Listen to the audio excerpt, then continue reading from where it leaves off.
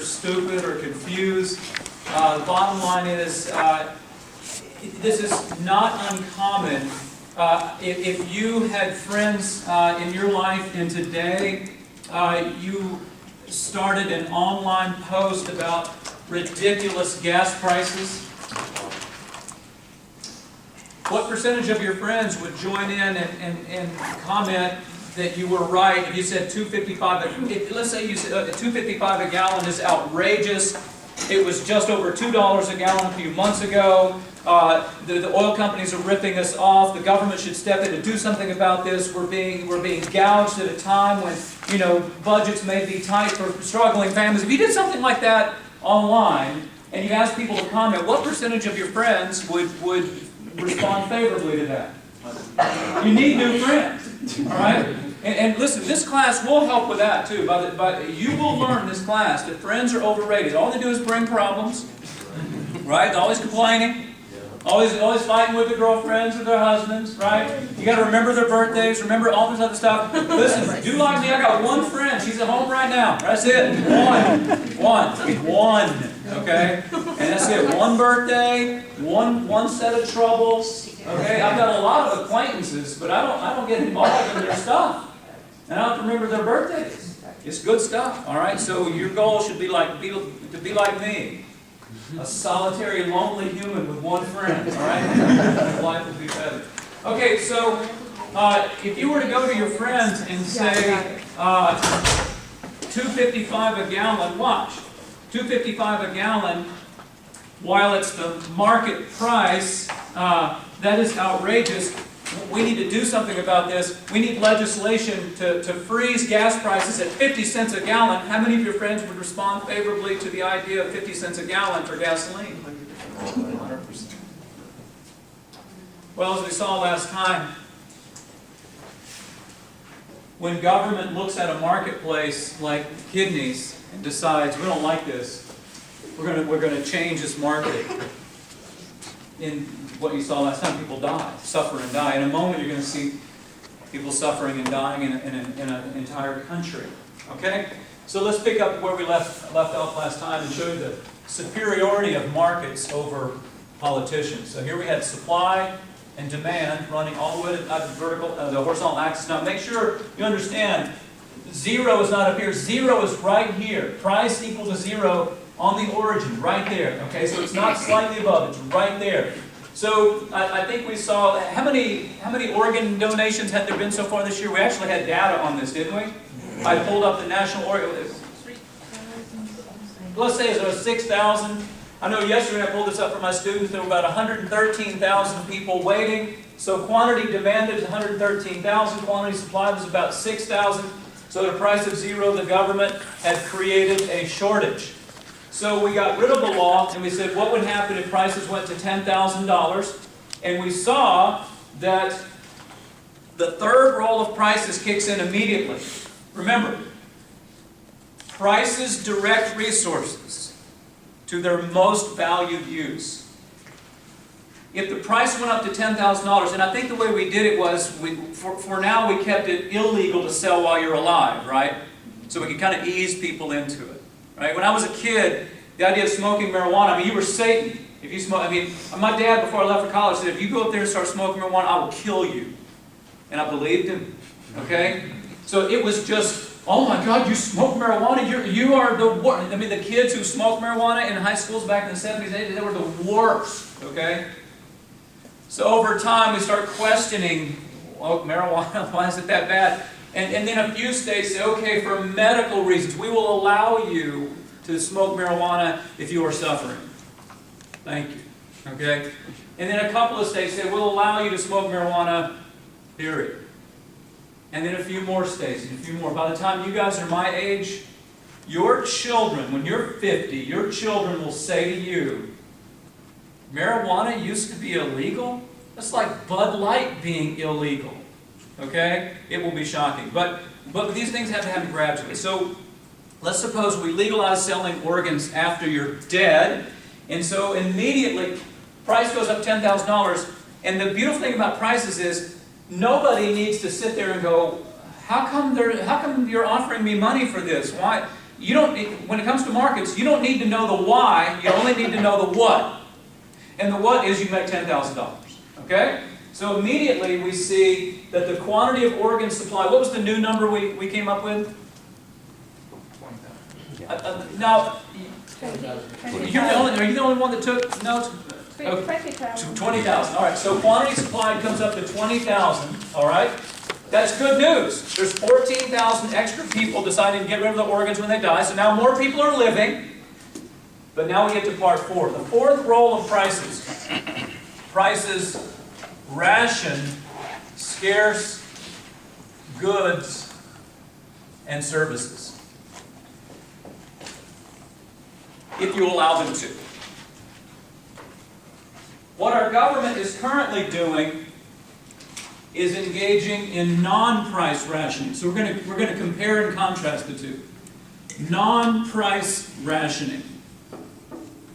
It comes in 3 forms: waiting lines, waiting lists, or a lottery. When politicians decide, and it's usually politicians,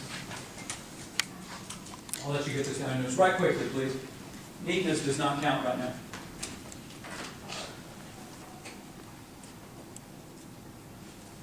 Okay, look up here. Let's suppose politicians decide that $2.55 a gallon is outrageous. They know why it's $2.55, but they just decide this is ripping people off. So they come in and announce a price ceiling of 50 cents a gallon. Okay?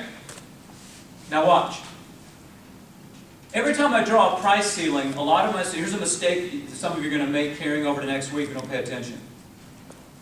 Every time I draw this as a price ceiling, a lot of students look up here and go, dude, that looks like a floor. Trust me, I know more than you. Okay, at least about this stuff. So a ceiling would mean the government tells the gas stations, you can charge whatever you want from 0 up to 50 cents a gallon. But since we think $2.55 is ripping people off, 50 cents is the ceiling. To protect consumers, you can't go above that. It's easy. This is easy, right? Now you understand why a ceiling, if it's supposed to help people, it's got to be set below where the market clearing, market equilibrium price is. Okay? You guys, are you okay? I mean, some of you are looking at me like you don't even know you're alive right now, all right? Okay.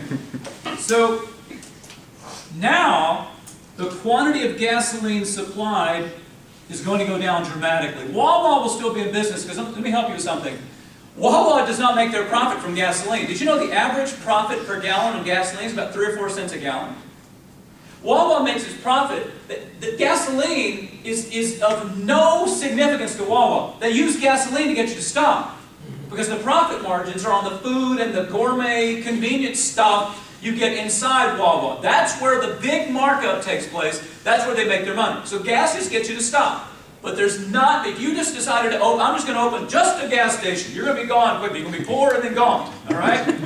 So if gas prices were to be frozen at 50 cents a gallon, quantity supplied wouldn't go away completely. Wawa would still be in business, but they would just have to make it up with other things.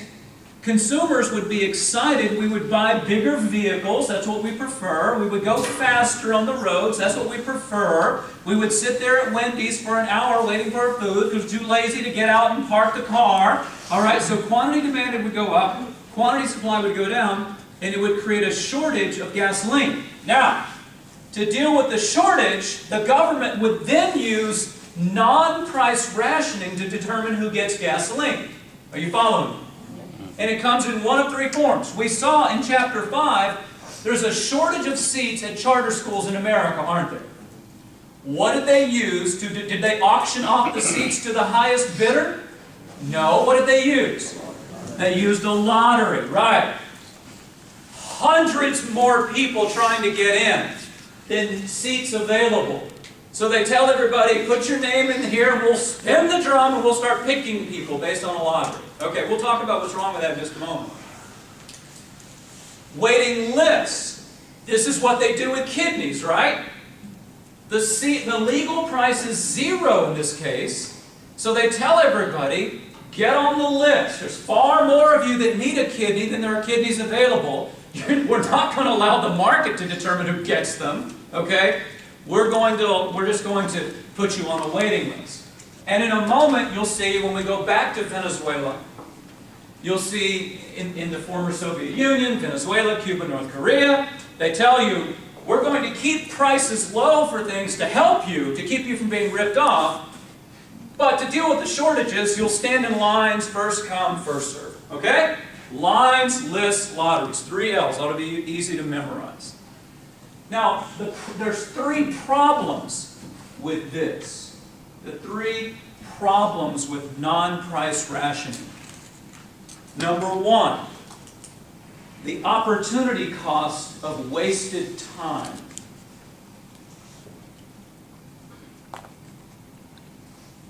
The opportunity cost of wasted time. Have any of you ever known someone who was on the list waiting for a kidney or some other vital organ? You have? Yeah, their lives are miserable, aren't they? They don't go on vacations. They better make sure their phones, plural, are charged, and they're close to the hospital, and they don't get to do anything. Their lives are miserable. They could be doing other things. That's opportunity cost. They could be going off and enjoying their lives or working or traveling or whatever, but they can't. Okay? So whenever the government, the people sitting there waiting for the government to, every year they're on the list to get in charter schools. Every year. They could be making other arrangements, but they can't, sitting there waiting, desperately hoping to get in. So when you use non-price rationing, like the Soviet, you're going to see in Venezuela, all the people, remember in the food video we saw in Venezuela, all the people in line, there's a lot of other things they would rather be doing with their time than standing in lines. They can't. Second problem with non-price rationing. Sellers fail to maximize revenue. The sellers fail to maximize revenue. So with a price of 0 for vital organs, you die and you get buried or cremated with $100,000 worth of stuff in your body. You're not maximizing revenue. Government tells the gas stations, we don't care if the natural forces of supply and demand have established $2.55. We said you can only charge 50 cents. So the gas stations fail to maximize the value of gasoline at that time. Third problem with non-price rationing. The buyers that place the highest value on the good or service don't necessarily get the good or service. The buyers that place the highest value on the good or service don't necessarily get the good or service.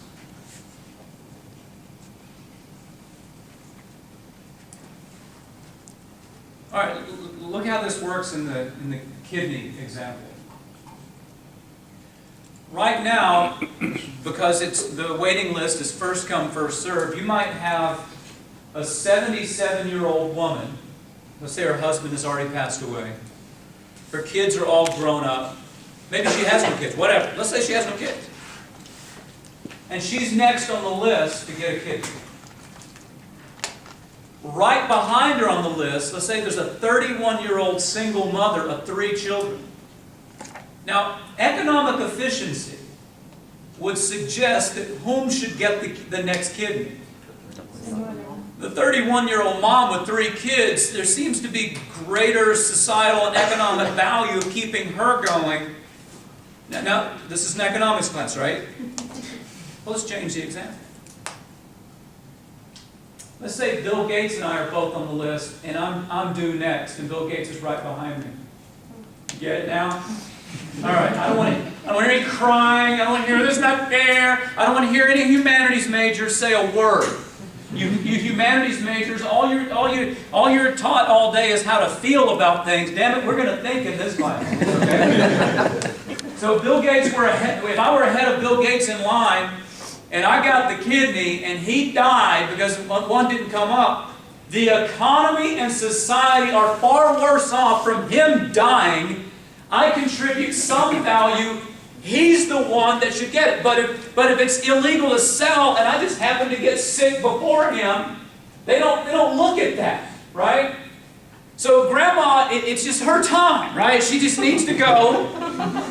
Economic efficiency would suggest the young mother with 3 kids, we need her to keep going. Can't do it, right? So now in the Soviet Union, you know what they used to tell people? Get up earlier and get in line sooner. Oh, that's brilliant. Waste even more time. Still no guarantee you're going to find anything, but if you get up even earlier, maybe you'll find it. Okay? Crazy. Okay. So non-price rationing is the way government deals with shortages that government creates. And look, by the way, we once implemented this thing for all goods and services in the United States. During World War II, and by the way, this that I'm holding in my hand was actually owned by a guy during the 1940s, a guy from Pennsylvania.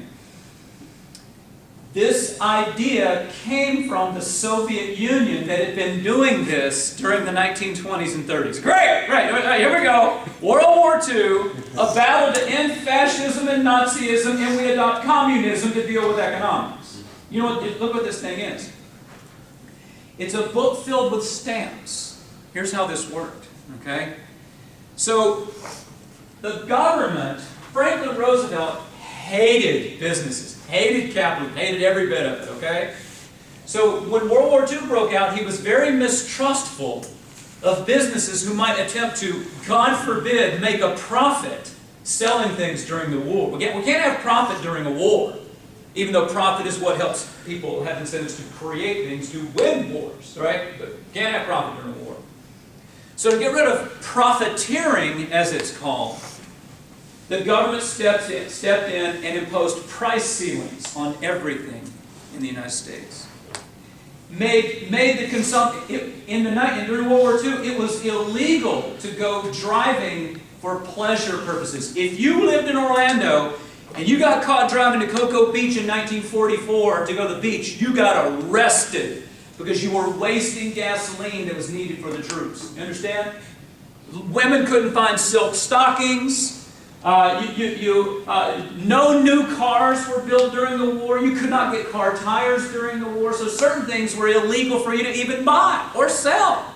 And other things, they drove down the prices to prevent excessive profit. But they knew that people, well, watch this. They knew immediately what was going to happen is, okay, they would tell the sellers you can only charge 10 cents for butter instead of 40, and they would just go up behind the store and go, psst, psst, butter, 40 cents. Forget the store, 40 cents, right? So here we go. So they issued these stamps. Let me read the instructions to you. Number 1, this book is valuable. Do not lose it, okay? Number 2, each stamp authorizes you to purchase rationed goods in the quantities and at the times designated by the Office of Price Administration. So they told you when you were allowed to go shop for butter and how much butter you could buy. Venezuela, in America, okay? Without the stamps, you will be unable to purchase those goods. You couldn't just walk in and say, oh, butter's 10 cents, give me 9 pounds. No.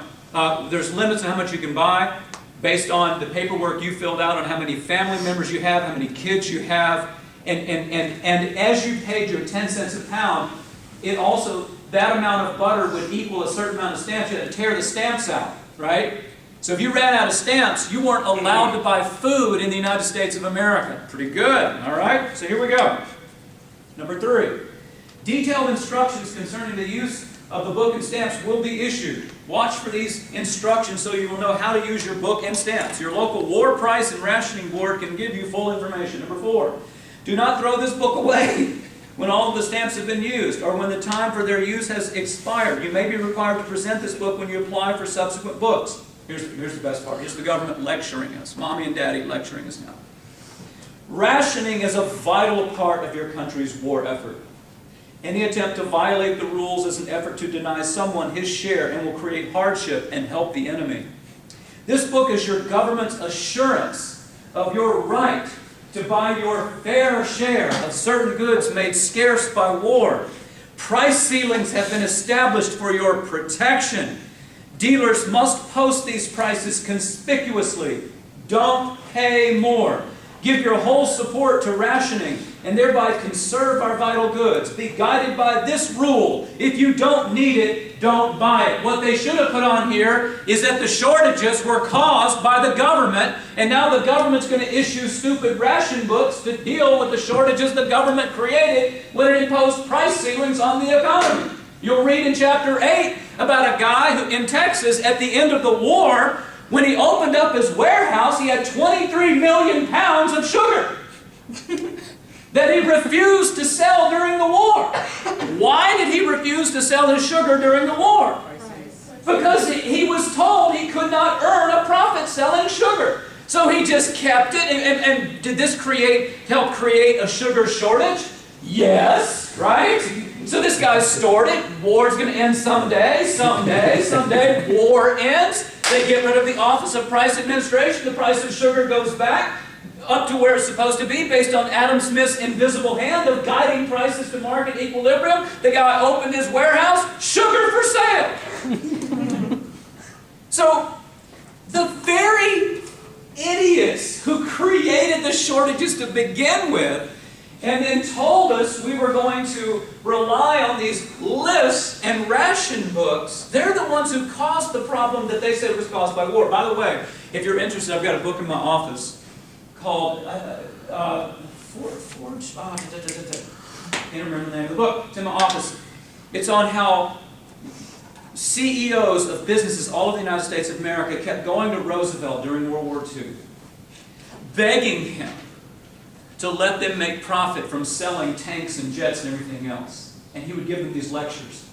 And during the early part of the war years, when Roosevelt would keep telling them no, tank production was slow, and Japan was running over everybody on the planet, and Germany was running over Europe.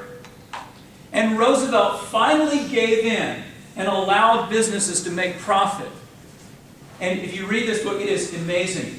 It meant how virtually overnight, rifle and tank and jet and production of everything else skyrocketed. And Roosevelt started going around the country, and he was in amazement at how these businesses were able to produce so much stuff so fast. Yeah, because the faster they produce stuff, the more money they make. And they helped end up winning World War II because they were finally given an incentive. When you beg people to do the right thing, they won't. When you offer them money, they will. You understand? I'm sorry, I hate to tell you something terrible. When you were growing up, how often did you hear the phrase, come on now, be honest, if we all work together? Why are you laughing? Because you heard, if you had $1 for every time you heard somebody say you can all work, how many dollars would you have? A lot. Okay, allow me to be the dude who breaks the bad news to you. When we all work together, nothing happens. Because I don't care about you. I care about me. So when we all work for ourselves, you get it? Lots of stuff happens. You understand? But it sounds so nice. Work together. No. Okay, I'll do my thing, you do your thing. And through iPencil, strangers will magically meet. And we still end up working together, don't we? Yeah. But we don't need to start out arm in arm. Yes, we love and care. Come on. All right.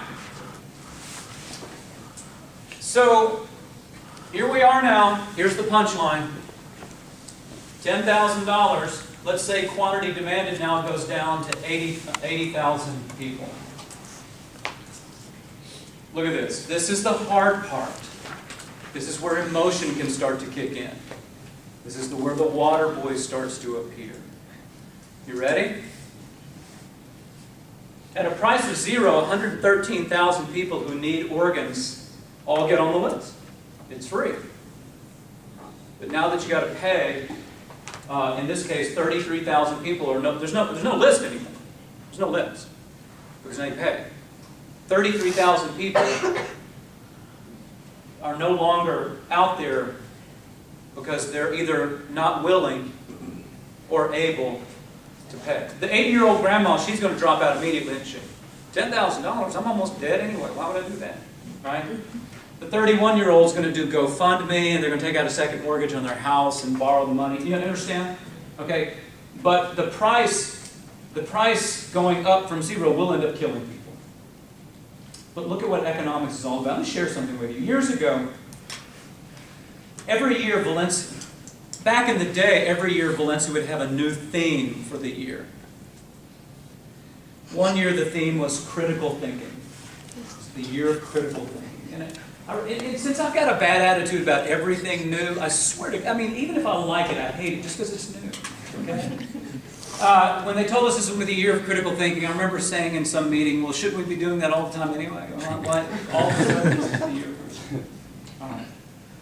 Then Valencia got the idea to hold a week-long series of seminars where professors would teach other professors how to do critical thinking in their classes. And they made the mistake of asking me to lead one of these seminars. We had 150 of my colleagues in the room. So I was sitting there thinking, okay, what would be good? What can I show them?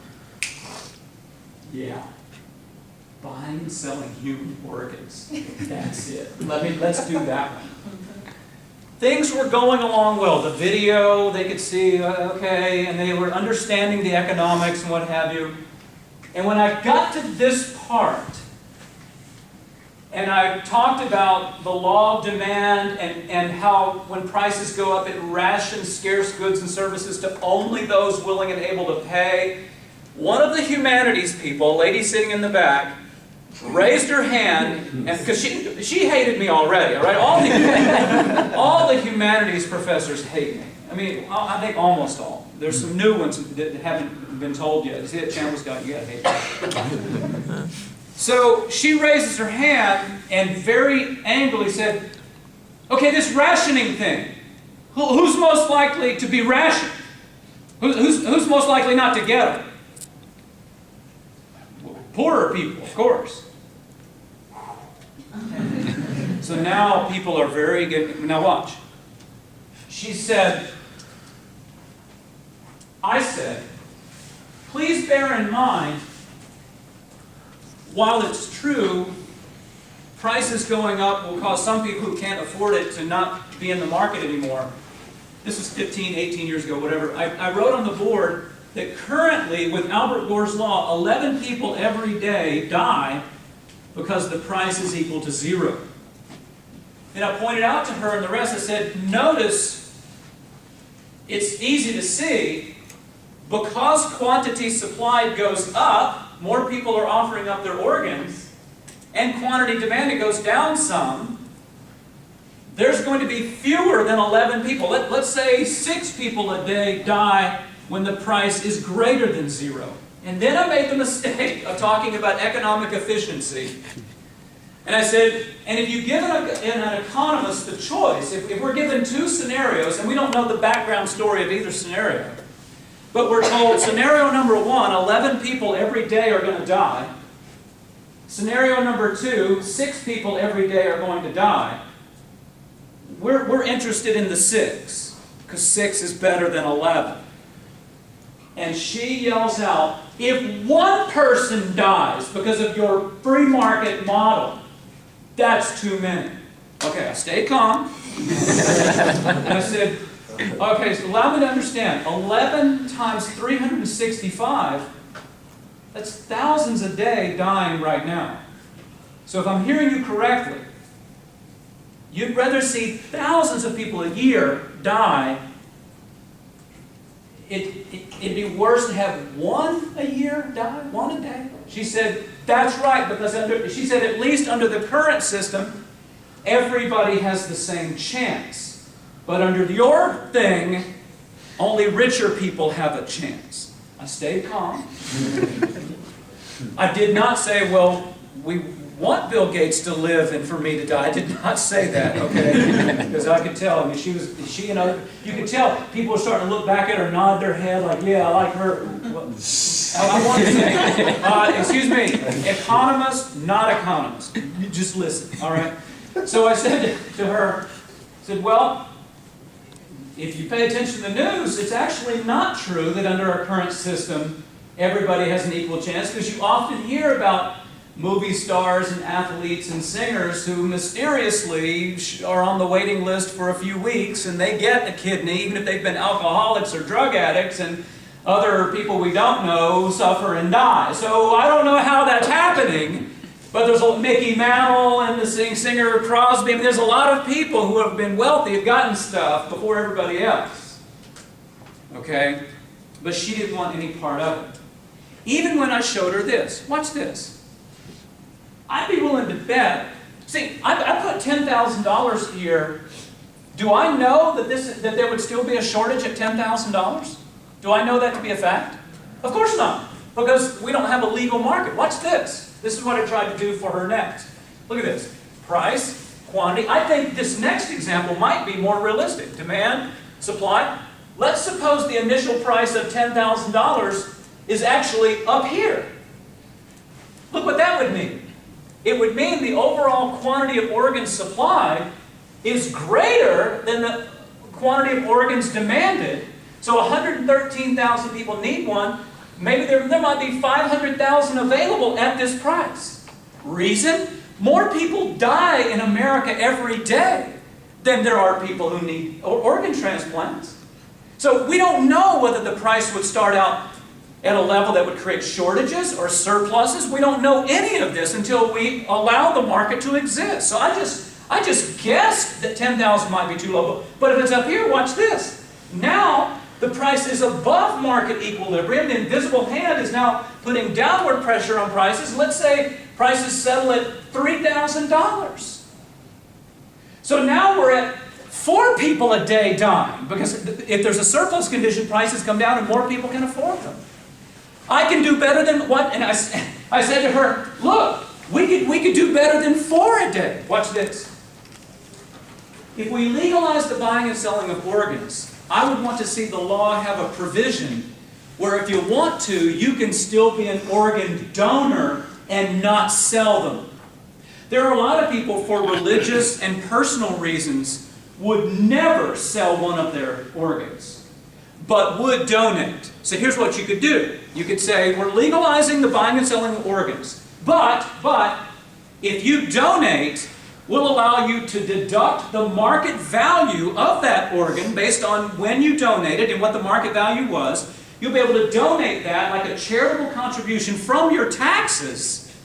And all, watch this, all donated organs would go to an organ donor bank where only poor people who fill out applications and show their annual income and stuff would be allowed to get the free organs, and everybody else that didn't meet those income and wealth qualifications would be able to buy one. Now we're down to maybe 2 people a day dying, but we're not done. I would want the law to also allow corporations to purchase organs on behalf of people that could not afford them, and allow corporations to deduct the purchase price from their corporate income taxes. And let me tell you something, corporations would line up to do this, because notice, what do corporations do? Every time they do something that appears to be charitable and loving, 7 seconds later, they've got a television commercial telling you about the... And this commercial writes itself. First of all, film it in black and white. Start out with a little kid on a playground. Little Johnny was almost dead. Okay. So he's swinging back and forth, but thanks to Chevron's organ don't blah blah blah. Right now, and you show little Johnny in slow motion, running and jumping in his mother's arms. Buy Chevron gas. All right, so this is what they have. So now we're down to 1 a day, whatever. Right? The point being, I hope you understand that strangers whom we don't know are suffering and dying every day because some politician from Tennessee, one guy, decided and got other people to decide with him that you shouldn't be able to part with what you own. Even though parting, watch this, if I sell my kidney to her, does it kill you? Nope. Does it take away your property? No. Does it violate your pursuit of happiness? No. Is it any of your business, this transaction? No. So why is it illegal? Just because it seems icky and ghoulish? We're going back to the husband now. This was done before. That's sad. Questions before we move on? Yeah. I was gonna say, don't people really like sell them on the low sometimes though? Like, Don't they do what? sell them? I mean, like, they don't really necessarily call it. Well, look, in China, when they execute prisoners, they harvest their organs and sell them on the black market. Okay? And I've heard, first of all, this is an urban legend, never happened. Some guy got hit with a brick in an alley, and he wakes up in a bathtub full of ice with a note and a phone next to him. Your kidneys are gone. Look, okay? So, watch this. For any of you that are worried that if you legalize the buying and selling of kidneys, now people would kill each other. No. Anytime something's illegal, that's when you get the black market. You see? When you legalize, do you ever see moonshine being sold on the side of the road? Ever? No, because alcohol's legal. Drugs get sold in alleys because they're illegal, right? But if you legalized it, there would be, China's now out of the market, so all the black market activity would be gone, okay? And listen, I think this is how it would work too. This is what I think the market would be. Go home and tell your parents tonight. For those of my age, they'll appreciate this comment. They'll say, "What did he say?" Go home and say, "Hey, guess what I don't know if you guys ever do this. Guess what my economics professor said in class today?" And your parents, "I hate that guy," right? Go home and tell them that, "Hey, today our economics professor told us that Albert Gore helped kill Walter Payton." And if your parents are football fans from back in the day, they'll go, "Whoa, what? Albert Gore helped kill Walter Payton?" Walter Payton was a running back of the Chicago Bears back in the 70s and 80s. His nickname was Sweetness, one of the greatest running backs ever. In his early 40s, he contracted a liver disease. He needed a transplant. Got on the list. And when he was 44, he died because Albert Gore made it illegal for people to sell their livers after they're dead. You legalize this, let me show you what would have happened. At 44, he would have been able to go into a room. I don't know how they store livers, but let's just say on dry ice under glass. I don't know. They would have walked him in a room. "Okay, Mr. Payton, before we perform this procedure, we've got 10 livers today for you to look at. And I'll just show you them in order of price." Okay, this first one is $227,000. And Walter Payton says, "Wow, what's the story with this liver?" Well, this came from a 25-year-old triathlete. They never drank, they never smoked, they only ate organic food. Their liver is the most immaculate specimen we have ever seen. They got hit by a bus while running one day. It is perfect, $250,000. Got it. Walter goes to the end of the table and says, notice this one says $13. Well, that was a 90-year-old crack addict we found in a dumpster this morning. And based on, we think this liver would last you about 2 weeks. Which one, and all points in between, right? Which one would Walter Payton buy? Rich guy from the NFL, right? And Walter Payton today would be playing with his grandchildren. It's pretty simple. Somebody else had their hand up a second ago. Yeah. If the organ donor program, like selling organs, is legalized, wouldn't the market just become more efficient over time, and when the price decreases as the market becomes more efficient? Well, it depends on the rarity of each organ, right? Who knows? I mean, there's all these different organs that can be transplanted, right? Hearts would cost more than kidneys, and a pancreas would. It all depends on supply and demand, where the prices would be. It would all come down to that, just like it does any other price. Okay. I debated whether I should show you this video or not, and this is going to be horrific for many of you to watch. But the process of your education requires that sometimes you be made very uncomfortable. Okay? We're going to go back to Venezuela for just a moment. Because if you've been paying attention to the news recently, no water. They're pulling up manholes in the street and putting kids down under the street with buckets trying to get water. No medicine, no food, no water, they're sitting in the dark. All because their government, this thing I showed you with the price ceilings on gasoline,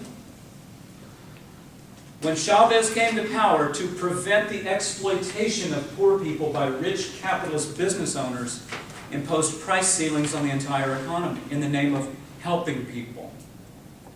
I'm going to show you where that help has led.